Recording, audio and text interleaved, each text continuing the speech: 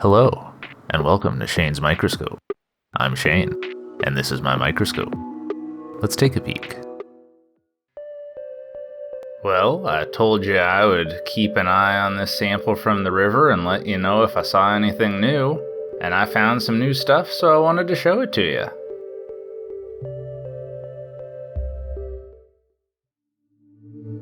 Under the microscope, we've got Paratrix. Yes!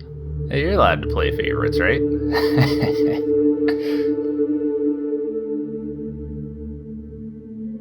We can see that these have a helical spasmoneme, placing them in the family Vorticelidae.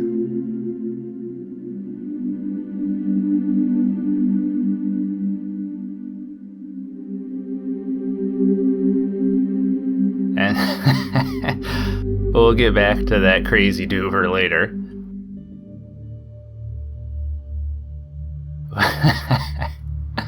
But it seems to be having a good time disturbing these vorticelids. But hey, that gives us a good opportunity to look at them contracted.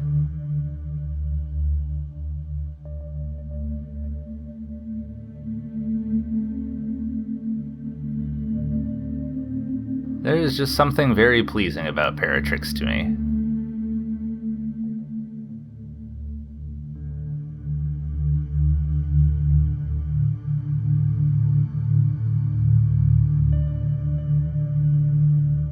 Here it is in dark field, and let's crank up that brightness. Things a little washed out now, but it lets us really see that particle movement. I think that's really cool.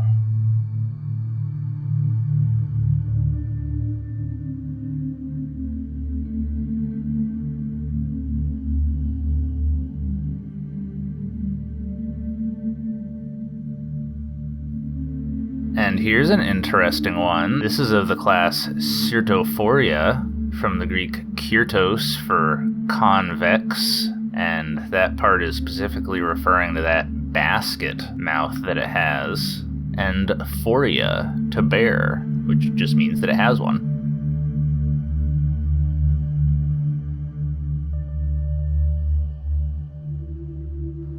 Here's a ciliate in the family Colepidae.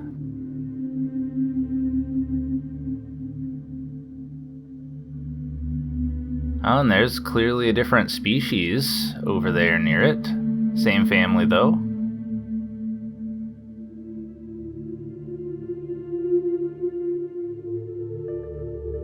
Here's another one. A lot of Colepidae in here, which I don't ever see in my bird baths. So this is a nice opportunity.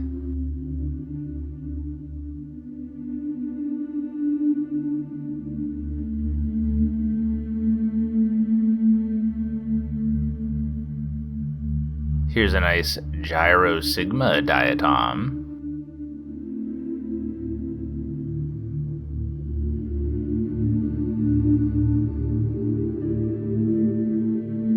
And these very tiny ciliates, I think, might be of the genus Leptopharynx. That comes from the Greek leptos for thin and pharynx for throat.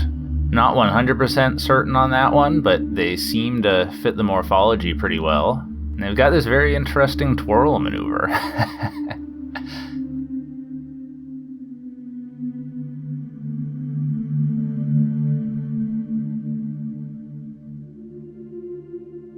Revisiting that filamentous golden stuff, I found a conidium.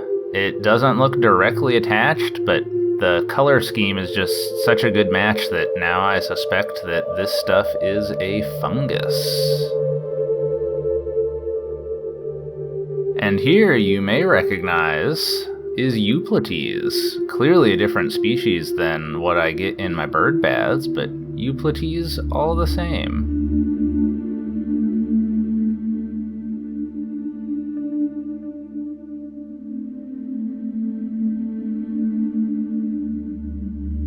Oh, that's a very nice side view we don't often see.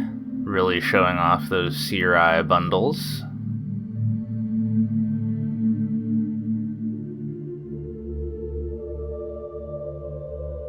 And then it went away from there, and we got to look at it from the top.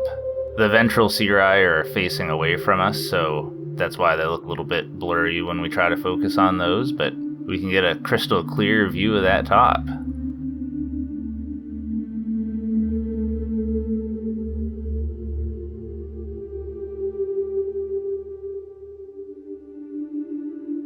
And this dark field is really showing off just how much it moves the water around it. It is really swirling those bacteria around. Very cool. Well, this is why it's important to keep an eye on things.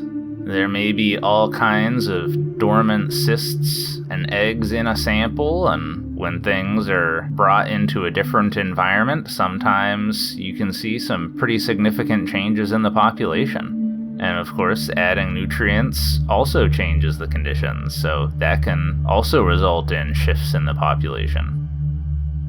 Alright, well, I think we'll leave it there for the day. Thanks for having a look with me.